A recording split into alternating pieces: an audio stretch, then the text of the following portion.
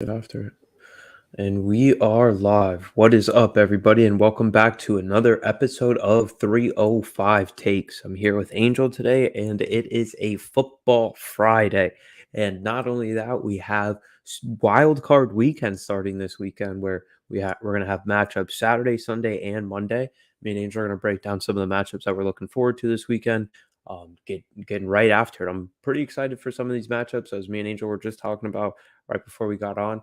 These are games that the games that we're going to break down, we have all seen this season already, so we'll have some points to look back on, and it should be a fun playoffs with the way it's set up, especially in the AFC, and the amount of talent we have just at the quarterback position, and then also in the NFC it's kind of wide open, and me and Angel will break that down and much more for you guys. So thank you as always for listening, and let's get right into it. Right. Yeah, so let's start off. We got my Miami Dolphins who just squeaked in to the AFC playoff matchup and got paired up with the Buffalo Bills. So this is a game that we're going to see for the third time. And as a Dolphins fan, I mean, I don't know how much you can really say about this matchup. I mean, on one hand, I am, proud of my team for making the playoffs, but when you got to go up against the Buffalo Bills. It is a little bit tough, and not only go up against the Buffalo Bills, it's going up against the Buffalo Bills with your third string quarterback, Skylar Thompson, as that move was made official today by Mike McDaniel at his press conference that Skylar Thompson is indeed confirmed as a starting quarterback for the Dolphins going up against into this matchup. And I mean, the point spread right now sits at 13 and a half points. It's kind of been all over the place. I believe it opened at around 9.5, 10. And then there was, some optimism earlier in the week. People were thinking that there was a possibility that Tua could play. I gave my thoughts about that on Monday's podcast. I didn't think it was the most responsible thing to do long term for not only the player and possibly the organization, as that's a position and a player you've invested a lot into. But now it's at 13 and a half because it's been confirmed. It was at least confirmed that Tua wasn't playing. And then now it's been confirmed that Skyler is going to be the quarterback. So it's not even just Skyler. It's the fact that Tyron Armstead may or may not play. If he does play, I think that's the only shot at the Dolphins have at running the ball.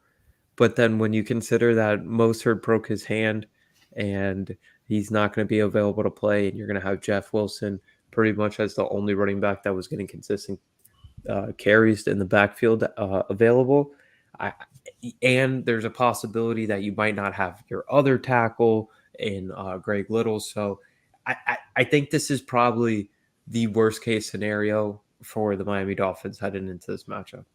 Yeah, that's why I kind of said on Monday. It's right place, wrong time. You're right place. You're in the playoffs. You got there, and you played the Buffalo Bills before twice that you played really well against, and the games were close, but at the wrong time where Tua is not going to play, and Teron Armstead, there's a very good chance he doesn't play. Greg Little, there's so many injuries for the Dolphins at this point. It's kind of hard to not pick the Bills. So that's why I'm like, this is kind of like worst case scenario for the Dolphins going into the playoffs. And what I would like to see from the Dolphins in this playoffs, I would like to see them at least like try to do what they can for Skyler, because if they want a chance at winning this game, they need to make sure that Buffalo is just not on the field, because that Miami defense is very vulnerable. And in that playoff atmosphere in Buffalo, it could get pretty rowdy. We saw last year what happened when the Patriots were in there, and it was pretty nuts. And then imagine now the Dolphins will be there. They already beat them once, they beat them twice. Oh, well, the Dolphins beat them in the first matchup, Bills beat them the second time. So now it'll be kind of like this is the swing game. Who wins moves on. The Bills win, cool. They get to play in Buffalo again next week against the divisional round, waiting for their opponent. And if the Dolphins win, they go to play Kansas City next week, and that could be somewhat of a revenge game for Tyreek Hill if they were to meet. So I think it's there, but I think what I really want to see from this game on the Buffalo side, I need to see them be dominant. They need to be dominant because with all the injuries that we said about the Dolphins and all the stuff they're dealing with at this moment, the Bills need to go and like win this game outright from start to finish. Like there's no ifs, ands, or buts that the Dolphins made it close. Because if the Dolphins keep this game close, I'm very worried for them if they were to play a team like the Bengals in the second round, if they were to make it. That's just my issue with Buffalo. Like you need to prove that you're that team that's gonna get to the Super Bowl, that this is your year. Yeah, yeah, and just to go back for the Dolphins injury report. So, as of today, Friday's practice, Teron Armstead was available at the portion that the media was there. So, he said that he's hoping to play, but probably wouldn't know until Sunday. So, it's looking like a true game time decision. Brandon Shell, who is also banged up with an ankle and knee injury, hasn't practiced all week, and he's looking like he's unlikely going to play. Liam Eichenberg, who they took last year, hasn't been available at practice this week either. And then Mostert, who had some thumb surgery this week, McDaniel said he didn't want to rule him out, but he hasn't been at practice all week, and I don't think so. And to your point about trying to do everything that you can to keep Skyler in positions where the offense doesn't necessarily need to rely on him and keep that Buffalo offense on the sideline. Mike McDaniel was the running game coordinator for Kyle Shanahan, so we could see if maybe he dips into that bag as previous run game coordinator and can scheme some stuff up. But I really think truly the only shot that they have at running the ball is if Armstead plays, because he's just such a good offensive lineman and creating space and being able to move in space. And we've seen how valuable that is for San Francisco with probably the perfect example of that in Trent Williams. But yeah, when you look at it's just also disappointing as a Dolphins fan because when we were a couple like maybe 6 weeks ago when we were near the trade deadline and they made the move for Bradley Chubb, like it really seemed like they were gearing up to face a team like Buffalo because to win in the playoffs you need a dominant pass rush, like Mm-hmm. a defensive line that's going to be able to consistently get after the quarterback, and you don't have to send blitzes and you can play a little bit of coverage behind that defensive line. And for it to have gone so south since then, and it does suck because obviously the offense looked a lot different when Tua was out there, but when Tua is not out there, It's it's not bad. even close to the same. Like it's just not even close to the same, and so that's the disappointing part. And then back to the point you brought up with what we want to see out of Buffalo, and Buffalo's really had an interesting season. Josh Allen, I believe, leads the league in red zone turnovers. Yep. And, you know, it, the injury, whether it was a thing or not, whether he's been able to get more and more Ever comfortable since with it, then, he's just not played good. yeah, I don't think he's looked exactly the same. Like he still makes a couple boneheaded throws, and whether they're caught for interceptions or they're just dropped, it's still a thing. And these are the little things that can come back to haunt you in the playoffs. So I do think I just want if I'm a Buffalo fan or from expecting them to come out of the AFC, I just want them to play a complete game. If I'm looking uh, like positive wise for Buffalo, I want them to show that okay the offense can execute in different ways. That doesn't mean it always has to be Stephon Diggs. And even though that they haven't lost a game since the Vikings game. Yeah. Um, so they haven't lost since that fluke Vikings game. And there was a stretch there where Diggs was frustrated with not getting the ball enough, but they were still winning. And then the other thing, if I'm looking offensively, can they establish a running game? Because we know that the Dolphins defense does struggle, but I do think, especially when you look at Christian Wilkins and the talent they do have on the defensive line, that they're I would say they're at least average against the run. So Yeah. Buffalo, we've known for years now that it's been just Josh Allen, Josh Allen, Josh Allen. Can they, get into this playoff mode where they can lead on that running game as well? I hope so, because I mean, bro, like let's be honest, they're just their running game. They have it. They just choose not to use it. Like it's just simple, and then when they choose to use it, it's all at times it's just not good because you expect more out of Singletary and Zach Moss going into those past couple of years, and then now you bring in the Cook. You added Cook to your roster, which we liked. We liked him a lot, and he's been getting more touches throughout the year. But now with the playoffs, they kind of want to make sure the mistakes are minimal. So I don't see Cook getting a lot of playing time unless it's like third and long. That could be definitely up there. Or if not, maybe they probably change to like the West Coast system and do like so many 5 or 3 yard passes, and they say that's our running game. All those short passes, that could be our running game if we don't feel comfortable running the ball. And because most of the time it's just like you said, it was Josh Allen, Josh Allen, Josh Allen. In their playoff, in their run last year, probably since the Tampa Bay game, the running game was Josh Allen, and that's it. Yeah, Singletary will have some runs there like every now and then, but most of the time you expected Allen to just take the football and go head on. But I mean, I feel like this shouldn't be a good game if I'm being honest, just because of the way how even Vegas said 13 and a half points as of now. I do expect Buffalo to win, and I expect them to win by like I would say at least 10. At least 10 just because the quarterback situation for Miami is not the best. Because let's be honest, when Skylar Thompson played, it just hasn't been good.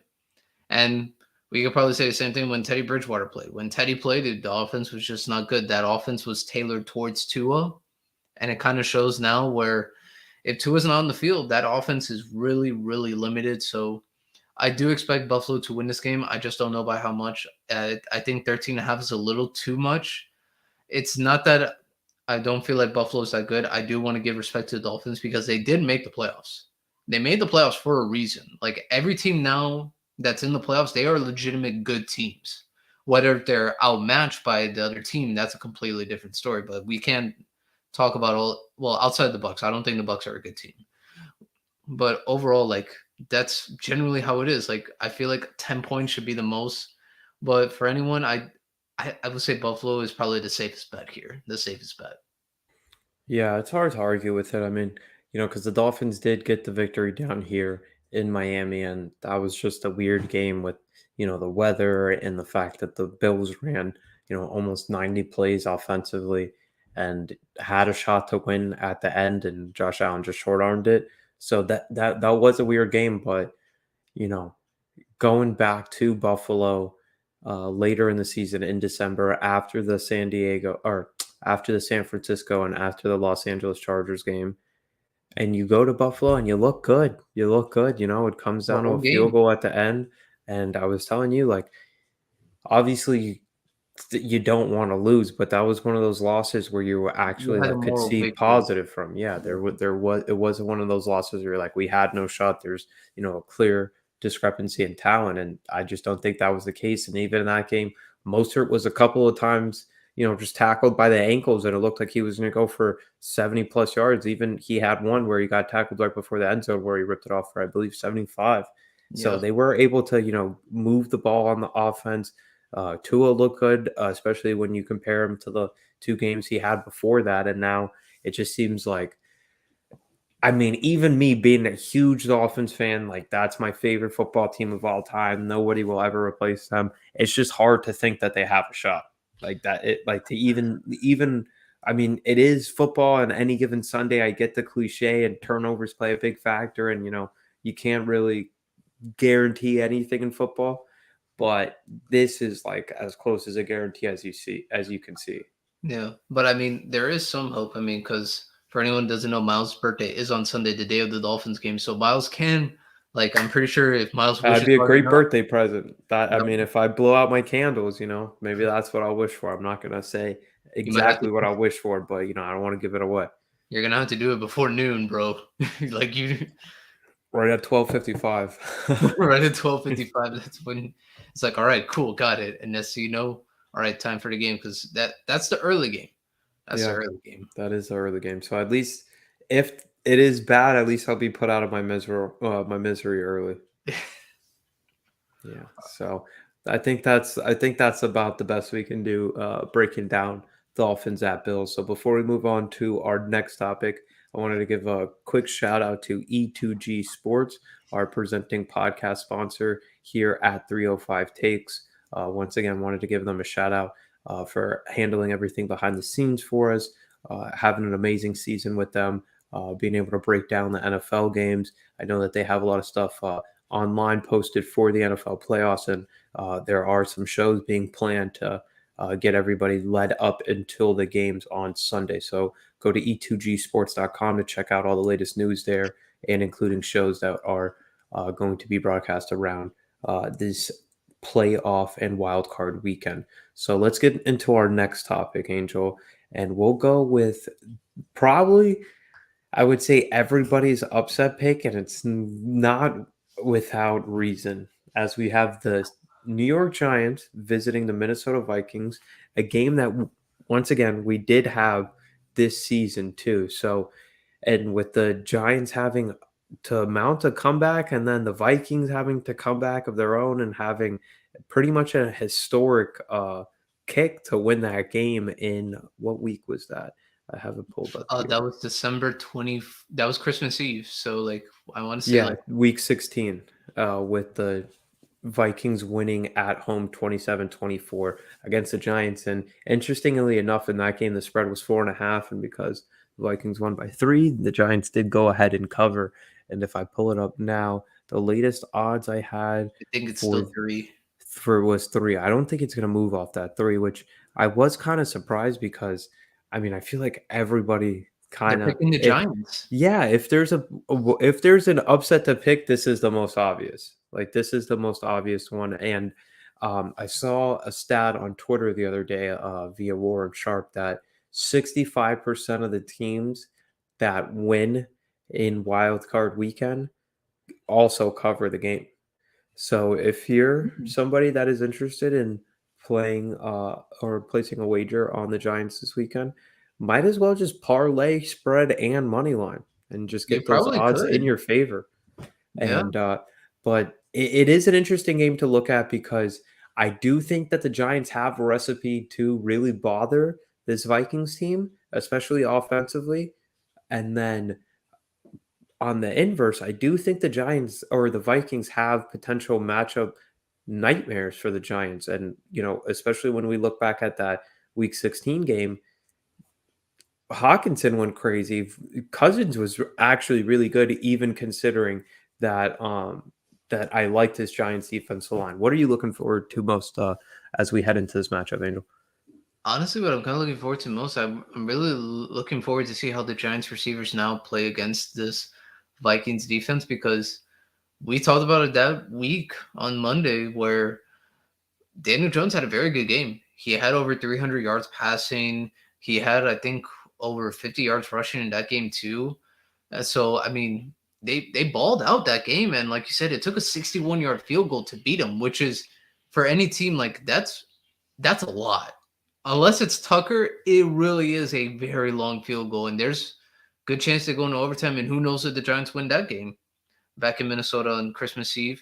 But I will say this: what scares me about it is that everyone is picking the Giants. So I'm like, dang, is this like is this the like bulletin board material the Vikings need? How everyone's like, even though we have a much better record and on paper, talent wise, we are so much better than the Giants. Like right now, if you look on paper, the Vikings are here in terms of talent, and the Giants are like right here. Just something against the Giants, they don't have the talent on paper that stacks up to the Vikings because you have Jefferson, you have Dalvin Cook, you have T.J. Hawkinson, you have Cousins, you have Darisaw, you have, and then you go to the defense, you have Daniil Hunter, Patrick Peterson, Eric Kendricks.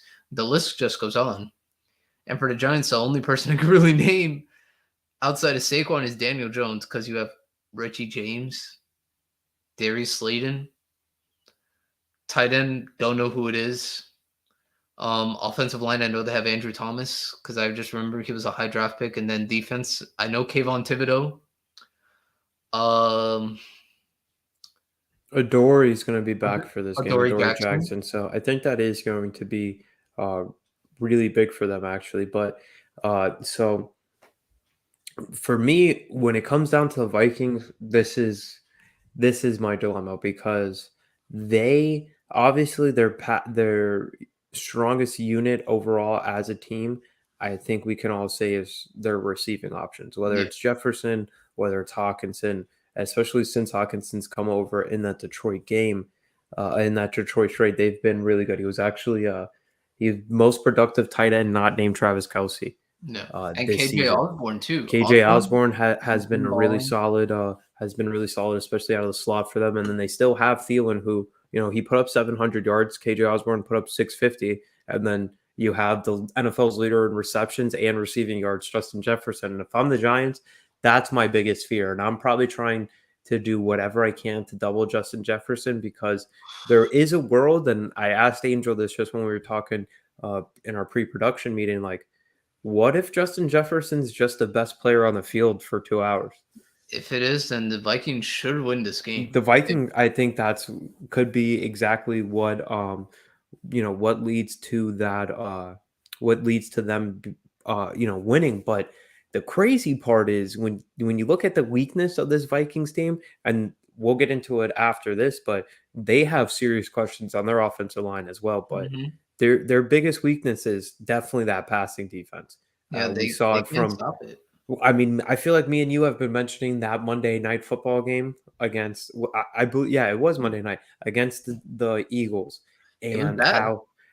how they were just playing so far off, and it was so easy for AJ Brown, Devonta Smith, even Hurts was just getting the ball out quick because it was such a weak coverage, like they weren't pressing at all, and so the Vikings has allowed 300 passing yards in 6 of their last 9 games with a Uh, 28 scoring defense, and the only 3 games that they didn't allow 300 passing yards in that 9-game stretch are against the Colts, who suck, the Bears, who have Justin Fields, but but they are a running they're football team. not they're not a passing attack that you're afraid of, and then the Packers in a loss that was a blowout Yeah, when the so it's Packers didn't definitely really not. have a reason to pass the ball. So Yeah, the Vikings that's the simply. thing. Yeah. That's the thing.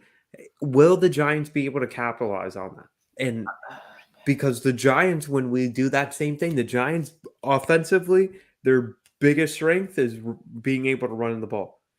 Danny Dimes, Saquon, 121 rushing attempts this year for 702 yards, which is 7 very good. touchdowns. Yeah, Very good. 7 touchdowns. It's the most rushing yards by a quarterback not named Justin Fields or Lamar Jackson this year.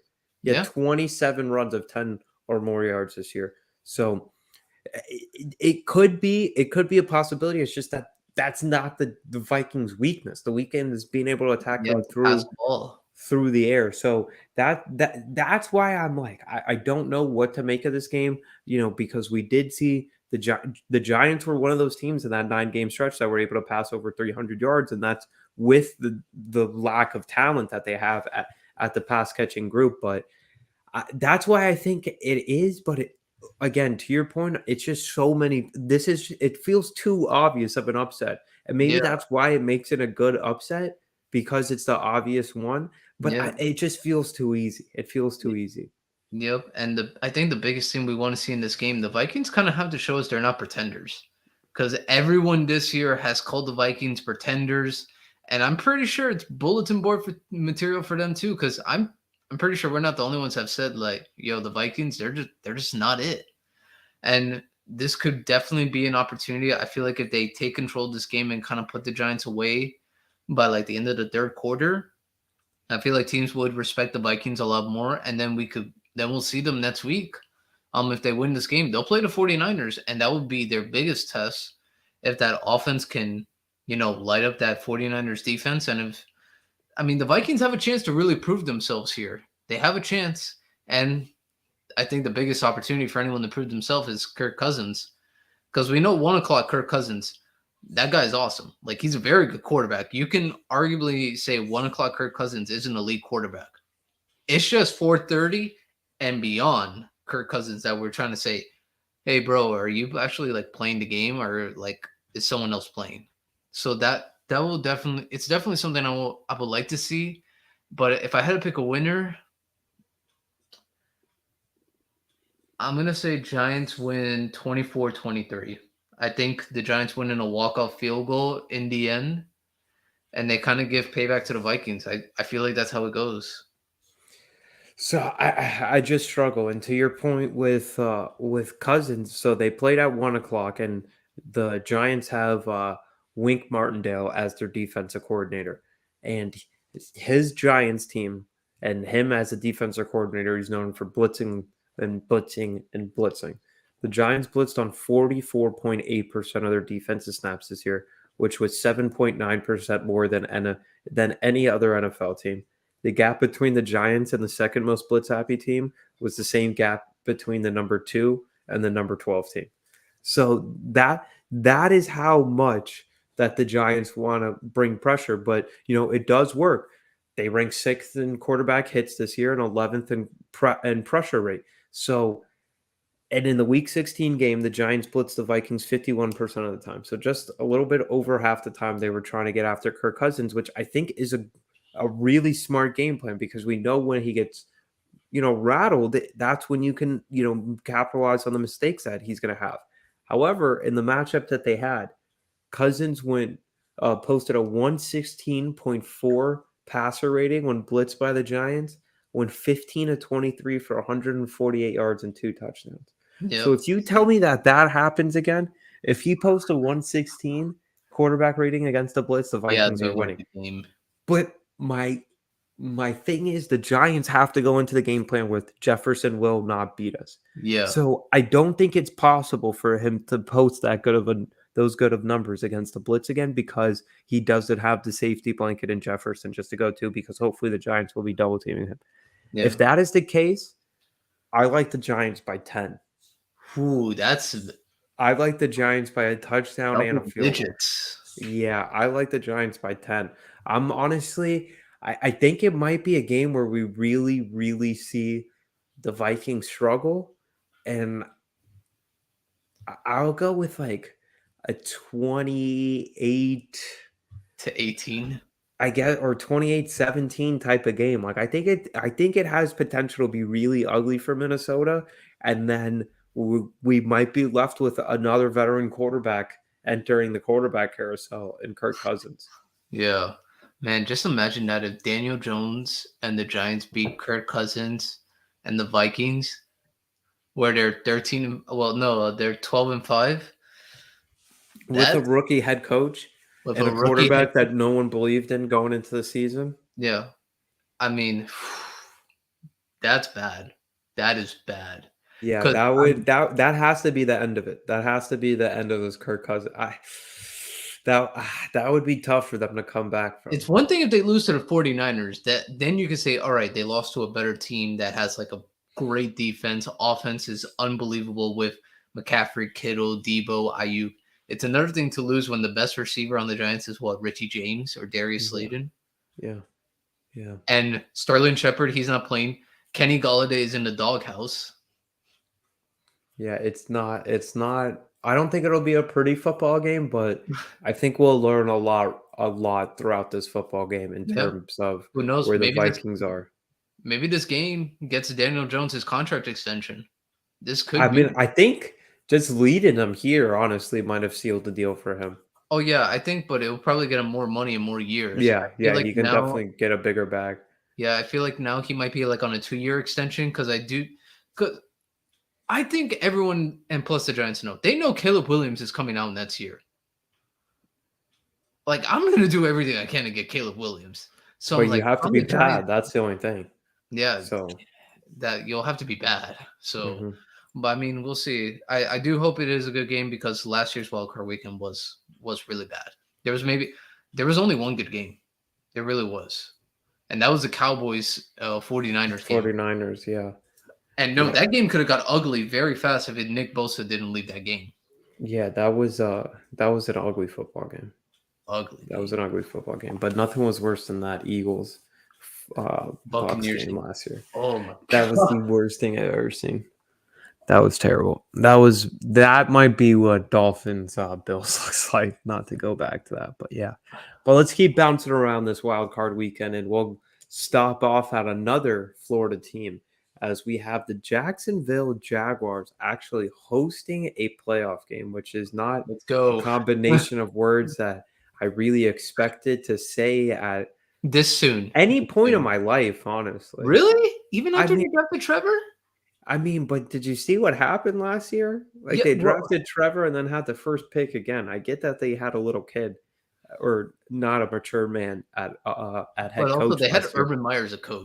yeah, that's what I'm saying. So the Jaguars host Justin Herbert and the Chargers in another matchup that we saw this year, and I don't think you can take really too much away from this one. I think this is the least of the three matchups that we've seen that actually are going to have an impact or are going to provide any insight into what we see this weekend between these teams. But um, the Chargers did play. The Jaguars went to Los Angeles and played the Chargers and absolutely dominated with a Yeah, they 38 embarrassed to them.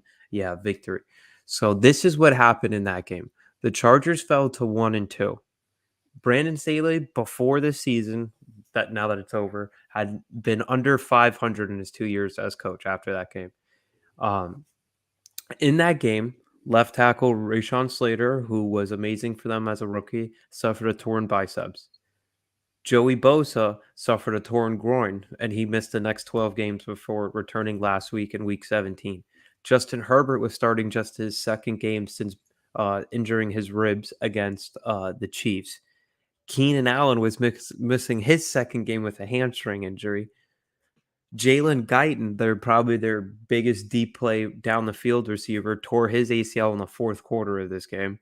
Cornerback J.C. Jackson went out again after just making his return in week 2 of the season, and he was put on IR after this.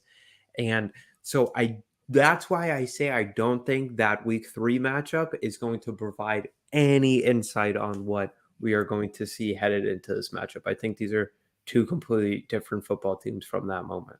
Yeah, I have 100% agree. They're different now, and you just named the injury report. That was just bad. That was just a bad day for the Chargers, and who knows? Maybe that's bulletin board material for them because everyone might be picking the Jags to win because it is in Jacksonville, and this is going to be the Jaguars' first playoff game since their magical run to the AFC Championship, where they almost beat Tom Brady and New England Patriots. And who knows? Jacksonville probably could have won a Super Bowl that year, and who knows? Maybe it's a whole different team now if they would have won that Super Bowl year or maybe made it to the Super Bowl. But I do like this matchup because I love Trevor Lawrence as a as a quarterback. I feel like he has a great game. He can run well. He has a strong arm. He's mobile. He's he can sometimes he doesn't always make the right plays, but he will lead a comeback and he doesn't quit. And then for Justin Herbert, we've seen how great Justin Herbert has been ever since his first like unexpected start against the Chiefs in his rookie year, where he was just balling out, and it's kept going for him. Note the Chargers haven't had any success in winning, but I feel like this game could probably either skyrocket one quarterback or maybe could start a narrative where one quarterback just flat out is like he's not a winner. He's not a winner. And I do think this should be a good game. I feel like out of all the wild card weekend games, this one should be the best, just because there is a lot of young talent. I love the talent that the Jags have. I wish their defense could get a little bit more in terms of like defensive players and wide receivers. I do know they have Calvin Ridley coming for them next year, but I would like for them to get a true number one receiver for Trevor because I like Calvin Ridley. I just don't know if he's a one. That's just my personal thing with Calvin Ridley. But I do like the addition that they have of Evan Ingram. I feel like they could attack the middle of the field against the Chargers because linebackers for the Chargers are not great. But like you said, the secondary is banged up. So if you want to stay away from targeting Zay Jones and Christian Kirk, Evan Ingram would be right down the field. And Travis Etienne, he's been much, much better every week. So I do Yeah, like so to I your point, can get they could get they the got win. they got 4 receivers. They have 3 receivers that had at least 70 receptions this year. Zay Jones had 82, Kirk had 84, Evan Ingram had 71. Marvin Jones had 46 catches on 81 targets.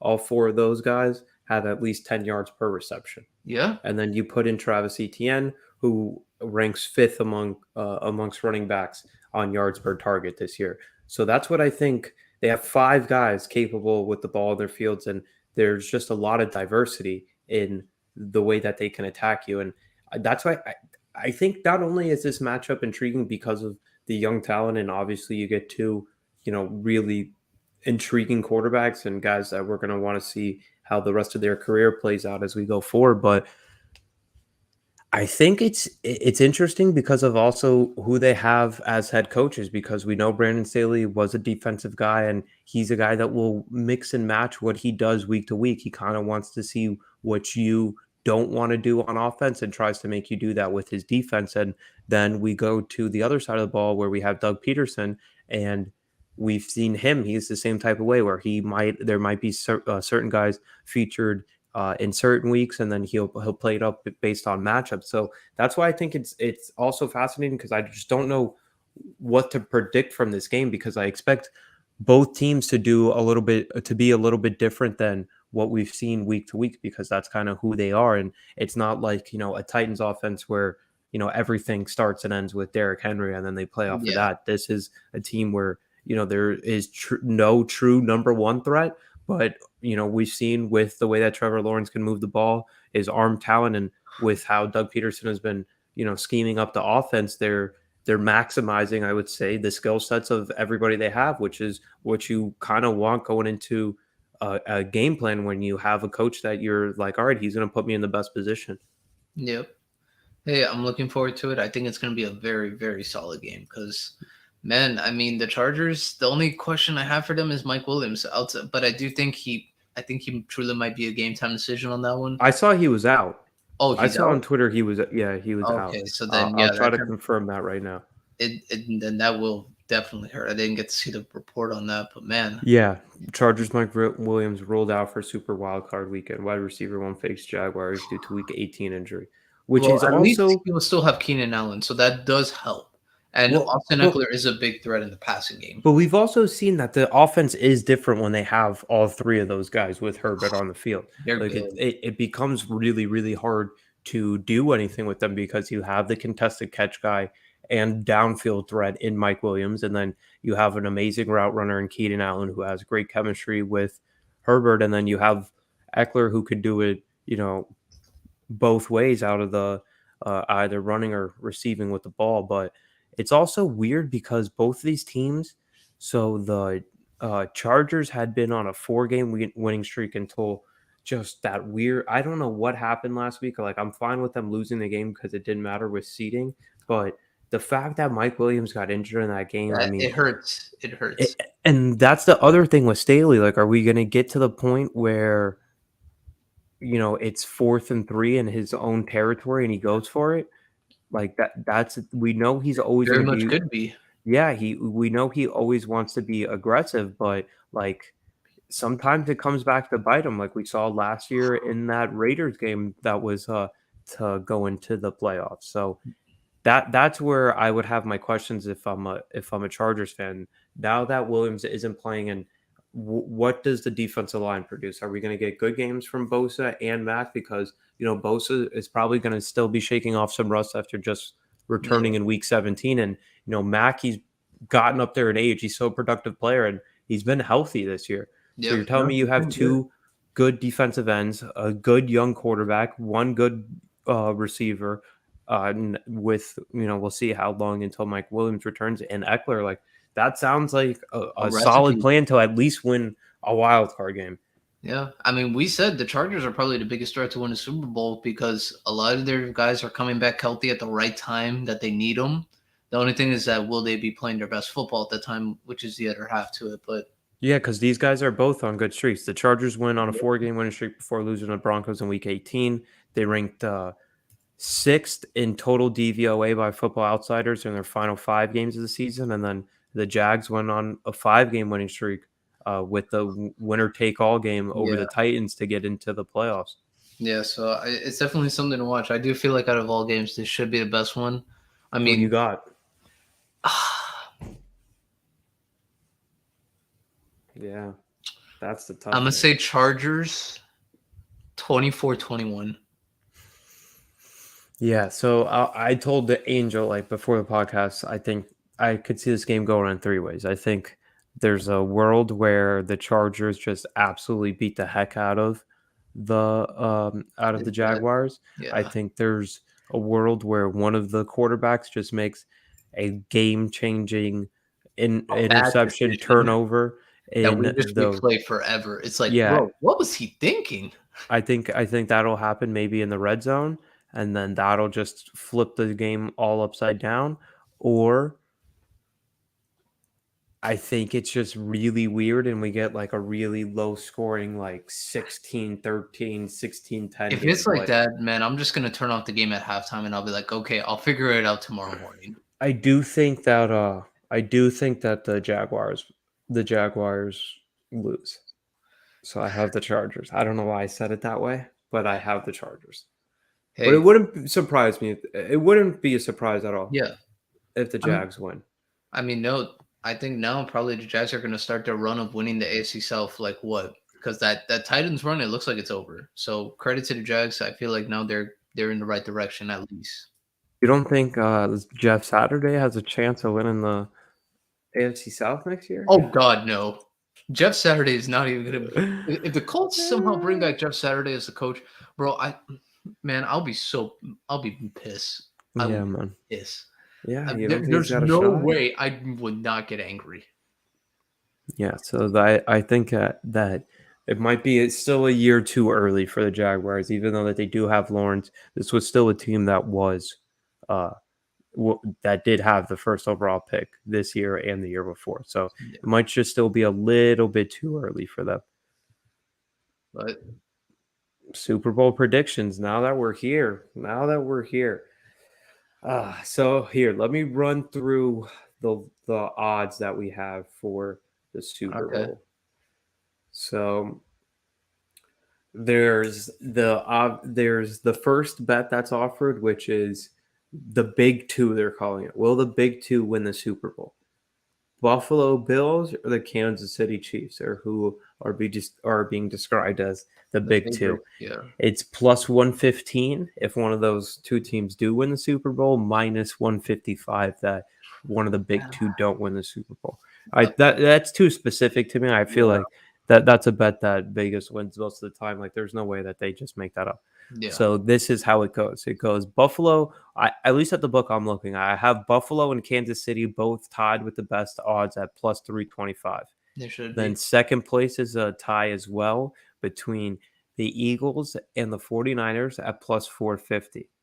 Then it drops off to the Bengals at plus 800, the Cowboys at 1301, the Chargers at 23 to 1, which is Not I bad. mean, best value I think is either between these two. Chargers 2300 23 to 1, uh Buccaneers 26 to 1, Brady 26 to 1, Minnesota 3 to 1, and then I think these are all considerable long shots. Ravens 4 to 1, uh Jacksonville 45, New York Giants 55, Dolphins 75, and the Seahawks 75 to 1.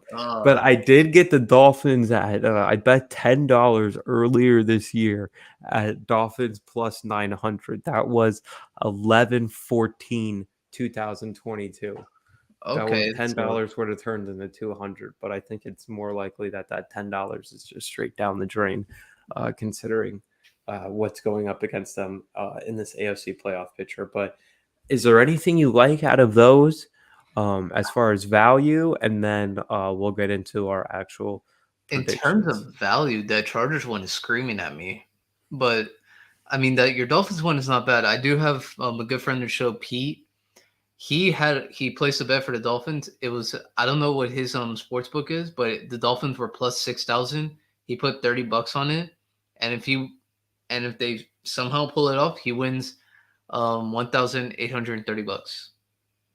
Yeah, that would be super sweet, but I think it's like And it's bad. it's a long shot. It's a long shot. I There's a mean, reason why. mine has it plus more than that original number that it was, and Yeah, that's even considering with them still being one of the teams that can technically qualify for the Super yeah. Bowl. So there is Um, that, but I mean, I think Buccaneers plus 20, no, 26 to 1. no, Dude, I think there's a real possibility they get to the NFC Championship game. A man. real possibility. Man, if I see them in the Super Bowl after being 9-8, I'm gonna rip my hair out. Like To me, that's the one that honestly gives the most value just because I personally think they beat the Cowboys. I think so too. I personally think they beat the Cowboys. And then after that, Can I they beat mean, the Eagles? That's the thing. That's the thing. I don't know. So maybe it's just because I like them to win round one, and I know that the odds aren't going to be the same. They're not going to be 26-1 after this if, they actually win round one and there's less teams, available to Yeah. actually qualify for the Super Bowl. So I guess that's kind of why it's just standing out to me because I feel like by Tuesday those odds are going to be way worse than they Oh are yeah, right they're gonna now. be But out. but I mean, none of these long shots, right? I mean, Giants definitely know, Dolphins If the definitely Giants had a know. better quarterback, I mean, that, okay, that would be a super. yeah. I mean, Jacksonville 45 If the zero, Jacksonville just had a better defense that like had more like but like they have Jacksonville lower than the yeah, Ravens. that one is kind of weird, but I mean, it is what it is. But to get to the main point of Super Bowl predictions, I gotta stick with my original one that I had. I picked 49ers Chiefs at the beginning, and I'm gonna stick with it. I gotta stick with my pick. I'm gonna keep rolling with it.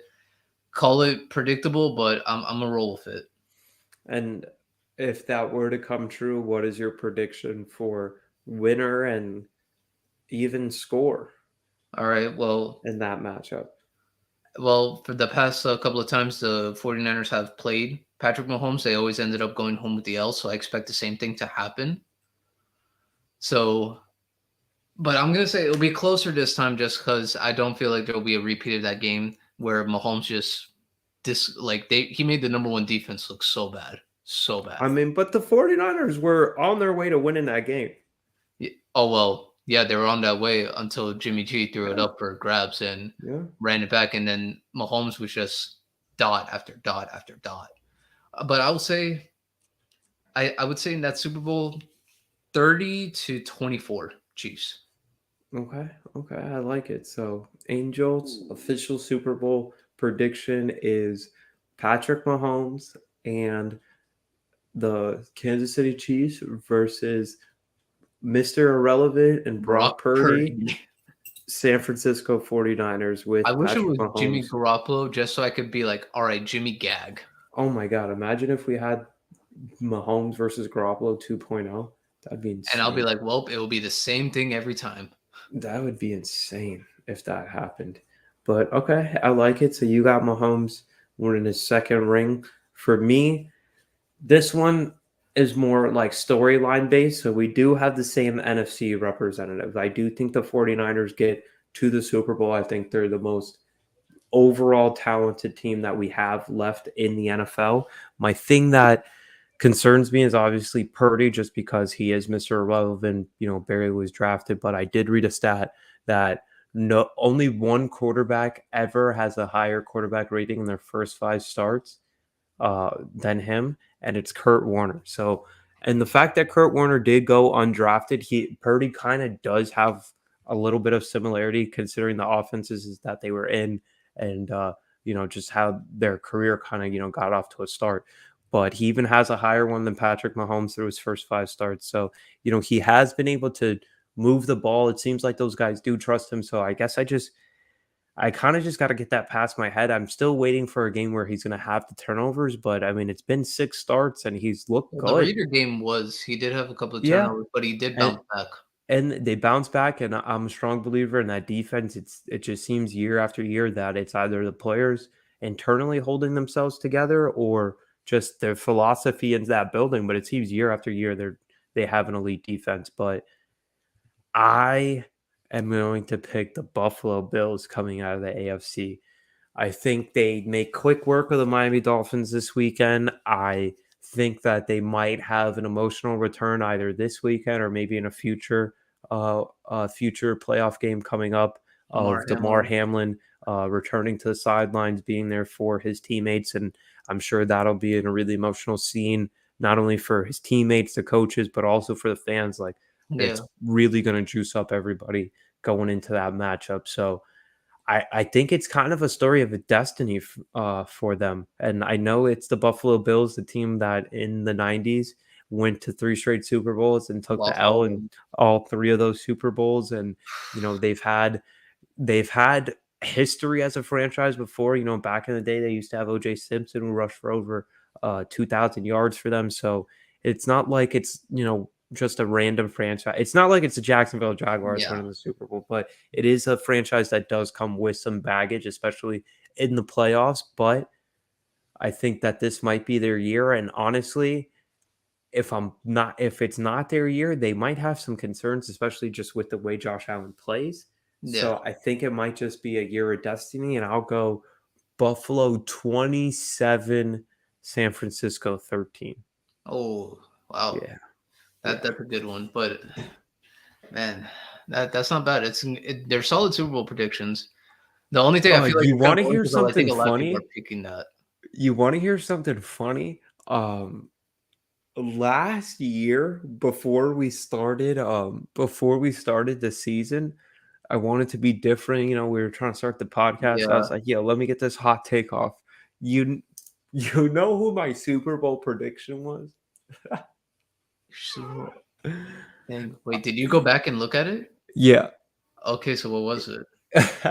NFC was the Packers, which okay, defensible. At least they made the playoffs. You'll never guess who the AFC. AFC. You'll never guess. And I wanted just to be different. And I was like, this will be such a unique matchup. Like, I don't even really remember these teams ever really playing in the regular season. I picked the Cleveland Browns to play the Packers in the Super Bowl. I don't know what drugs I was on. I don't know Man, who, Miles was on that who good stuff. I need to go back to that plug or something because what was that, dude? That's insane. I don't. Whoever kidnapped me and just replaced it AI in this chair while I was doing that podcast. Guys, I'm gonna be different. That Cleveland. was yeah. I was like, you know what? I want to be different. I want to get out here with a hot take. I want to have a unique Super Bowl matchup, and I did Cleveland versus Dude, Green Bay. Green Bay was solid. You could justify that one, but Yeah. I do want to stop this for one moment because, guys, I do wanted to get address this real quick before we leave. We've seen a lot of tension between this person and this team brewing. And then this week, I think it kind of even boiled up even more because one, this person said they're not going to play. And also, this team gave another player an extension that was not him. And that is Lamar Jackson. I'm going to be, I don't like saying this, but I feel like Lamar has played his last snap as a Raven. I feel like he's already played it because, bro, it just doesn't look good. It doesn't look good as of this point right now. I feel like Lamar Jackson will be playing for a new team next year. I do agree here. I'm just trying to pull up the tweet that he sent out yesterday. I mean, the thing is like how messy is he planning on making it this off season with the actual contract negotiations, and if the Ravens do plan to put a franchise tag on him because they just went ahead and agreed to a $50 million contract extension with Roquan Smith, who they traded for midseason, which does now leave the franchise tag open for Lamar. And, if he really is serious about not being in this organization anymore, then he's going to have to, cause a stink and hold out. Otherwise, it seems like he might have to play under that franchise tag. But my thing is that so here's the tweet, and then I'll get to my point. So he said, "Thank you to everyone for your support and concern regarding my injuries. I want to give you all an update as I am in the recovery process. I've suffered a PCL grade 2 sprain on the borderline of a strain 3. There is still inflammation surrounding my knee, and my knee remains unstable. I am still in good spirits as I continue with treatment on the road to recovery. I wish I could be out there with my guys more than anything, but I can't give 100% of myself to my guys and fans. I'm still hopeful we still have a chance." So my thing is that I actually like them to kind of cover if we're talking betting wise, but I don't think there's any way that the Bengals lose this game. Yeah, they don't. But man, So that means it's either do we think Lamar holds out because he gets the franchise tag? Do we think the Ravens legit bring an offer that he's going to consider legit? And it's kind of like it's very interesting to look at a big picture because I think it's another It's interesting to compare it to the NBA because in the NBA this offseason we had two ginormous trades, or we had three with Donovan Mitchell, but that one's actually working out. We had two ginormous trades where one player was traded to one franchise for basically your entire future draft capital, which it Yeah. was Rudy Gobert and To DeJounte Minnesota. Murray. Yeah. And now we're more than halfway through the NBA season, and both of those trades, I don't think these teams would do again. And if they were considered doing it again, I think they would, definitely take a minute to think about it before sending that trade into the league. But the Deshaun Watson contract threw everything through a Yeah. loop. When he got that fully guaranteed contract, then Arizona felt the need that they had to sign Kyler at this moment. They felt the need that if they're going to give him all this money, they've had enough concern about what he does off the field and as far as game prep. That made them throw in the contract clause about the study time. Yep. And then their season went to hell. Yep. And now Lamar, I'm not going to not take him at his word about the injury, but this was a weird Raven season through and through. Yeah. I mean, at this point, I truly do believe he'll be on a new team. I feel like this could be like a Tyreek Hill situation where he wants the money. They're gonna have the franchise tag, and they're gonna try to work out something. And I don't think it will work. And they'll say, "Hey, if you can find a trade that we can agree with, we'll do it." And I feel like maybe Lamar and his agent will reach out to teams and say, "Hey, this is we want to come here. Can you give us the contract?" And that'll be it. But I mean, bro, that like you said, that Deshaun contract, bro, it really hurt the Ravens at this point because unlike Deshaun, Lamar has not had any trouble off the field. He won unanimous MVP. He has almost I don't know how many playoff wins Deshaun Watson has, but I feel like him and Lamar, I think they both only have one. And I mean, outside of that, Deshaun has had a number one receiver in Hopkins. Lamar really has never had a number one. So I feel like Lamar's case is very stronger to get more money, and I believe in every right he should. But man, it's definitely gonna get ugly, and I'm gonna see. Okay, so we have some comments here. Lamar to the Dolphins, what's up? I mean, that is a possibility, but I just don't know if the Dolphins have the cap space to do it. That would be the part for me. And like you, yep, I feel like to end up, for him to end up like RG3 without a new contract, that would be tough. That would be tough. Or even potentially Dak. Remember, Dak also went into a contract year without a contract, and And he, even to the RG3 point. Does would Lamar even consider being Kirk Cousins and getting franchise tagged until it just becomes unfeasible for the organization and then he has to become a a free free agent? agent. And that's basically what happened with Kirk. And then Kirk got a fully guaranteed contract after Yeah, that. It just wasn't at the same numbers that we're seeing now. But I mean, I was trying to think back of it. We've had, I believe, three like superstar quarterbacks hit free agency after an injury. Two, maybe two and a half, depending on what you think of the first guy. The ones I could remember were Dante Culpepper after he left the Vikings, and yeah, then of course came down to my Miami Dolphins and just yeah, wasn't the same guy.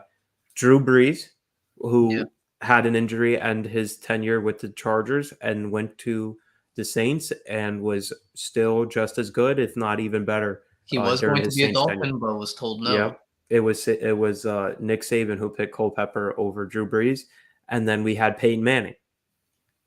So those are the three that I can really remember leaving their team, off an injury, which would be the same thing as Lamar. The difference between those three guys, I believe, Culpepper played a little bit and then was out for the season. I don't know if Brees played through his injury and then was just like still Yeah, injured when he was a free agent, and then Peyton didn't play the entire year. yeah. Obviously, Peyton. Lamar's missed the last few weeks. I believe it's 6 weeks now. Yeah, Six it's weeks. about like Yeah. 6 weeks. So, I mean, we gotta see. We gotta see. But if I had to pick a team that Lamar ends up on Nets here, man, I feel like Lamar to the Dolphins. I think it will be just a little tough because they don't have the draft capital to get Lamar. Because I feel like being docked, missing those two first round picks that hurts, especially one being taken away because of tampering with Brady, and then trading one for Bradley Chubb. I feel like that definitely hurts the Dolphins in terms of trying to trade for Lamar. Honestly, I can see Lamar going to the Jets. The Jets have the draft capital, they have the cap space. I feel like they can definitely do it. And if not, a team in the NFC, I feel like that would be more likely where the Ravens, if they comes down to trade him to where they want to. I mean, could the Lions possibly try to go snag Lamar? Because the Lions have a lot of guys on rookie contracts, and they will have the Yeah, cap but I space think to they give would Lamar still the run it contract. with. I still think Oh, they would run it with Goff, just because of where the contract is at this point. But I mean, Washington is always interesting because they've seemed to be, a veteran quarterback away for a little bit. But I don't know what I mean, and it's still kind of in the same area, so he can, try to keep some of that same fan base because he would be going from Baltimore to Washington, D.C. And then, I mean, the Dolphins, I think, would be the clear cut because he's from Florida Miami, yeah. originally. Yeah. So, and the Dolphins, there's mixed opinions on whether you think they have their true quarterback of the future. It seemed like they were trying to replace him just as recent as a year ago. I don't know. I just, and then the other thing with McDaniel, when you think about it, like, all right, what would be the pros and cons? His old boss, Kyle Shanahan, clearly thought like it would be better if I can run my offense with a quarterback that also is a threat on the ground, and that's why they traded up and drafted Trey Lance. Yeah, no, But that definitely outside true. of that try for Trey Lance, we still haven't seen this system being run by a true running game threat at the quarterback position. Yeah, no, it definitely is. I mean, and it will be hard to The trade Jets, Lamar. I mean, that would be a Yeah, classic Jets move. the Jets one I figured would be like that would be probably the Signing best. a former MVP coming off an injured year. That I mean, that if you gave me that headline, regardless of name, I would probably say the Jets are the team that signed the former MVP that's coming off an injury. Yeah, I mean, but Like Lamar that's to the Jets, classic Jets. that would be a whirlwind because the Jets they got a lot of bright young I talent, and mean, that would be Belichick did sign Cam Newton before they drafted Mac Jones. I don't know if the I'm Patriots. just I don't saying. I'm know just saying. if Belichick somehow trades for Lamar, bro. That would be I'm nuts. just saying. I'm just saying. He did sign Cam. That was the quarterback before. I'm just But saying. does Bill Belichick want to pay Lamar? That would be my question for Bill. I mean, he went crazy on tight ends 2 years Yeah, he ago went as well. So I don't know. I don't know. I don't know what the guys and think anymore. another team that could go at. Imagine Lamar leads the Ravens, who have no receivers and are run focused, to go play for Matt Patricia as his offensive Oh my coordinator. gosh, man! Don't. That That's would be even worse. The crazy. only good receiver he'll have is what? Devontae Parker? If you consider him good, him and Yeah, Kendrick Bourne. maybe. Yeah. Oh man, that would be bad. So, but I would say I do feel like Lamar should. I do feel like Lamar should get paid. And hey, I'm waiting to see Lamar to some team that's going to be something to watch. So Yeah. I mean, we will see Lamar to the Rams. No, I don't see that. Nah, the The Rams are Rams, half they don't house. Yeah. have any capital to Yeah. use. Yeah. I mean, And they they have might some not even draft have a picks, head but coach. yeah, barely.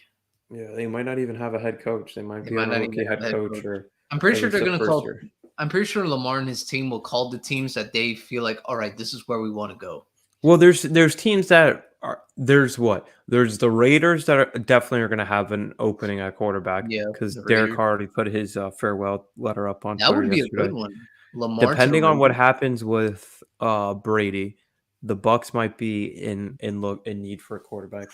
The Commanders have been looking for a quarterback forever. The Colts have been looking for a quarterback for 5 years now. Those are just the teams off the top of my head. I mean, and then you have some the Jets 5, but that would be 5. But I don't know if they're planning on running it back with Mike White or, if they're going to go after the Teddy Bridgewater, Geno Smith type of thing. Those are the 5 off the top of my head. The Panthers, obviously, but their draft pick might, Yeah, balance that out.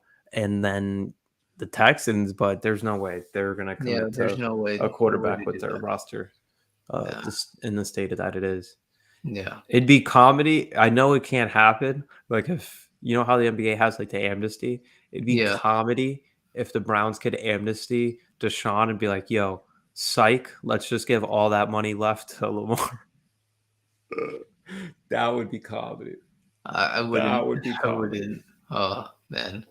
Well, but guys, this was a fun show. Really enjoyed it. We're gonna be back on Monday, and we're gonna talk more about all the games. Especially, we're gonna dive deep into the Cowboys Buccaneers game because I think a couple of us have a little bit of money on it.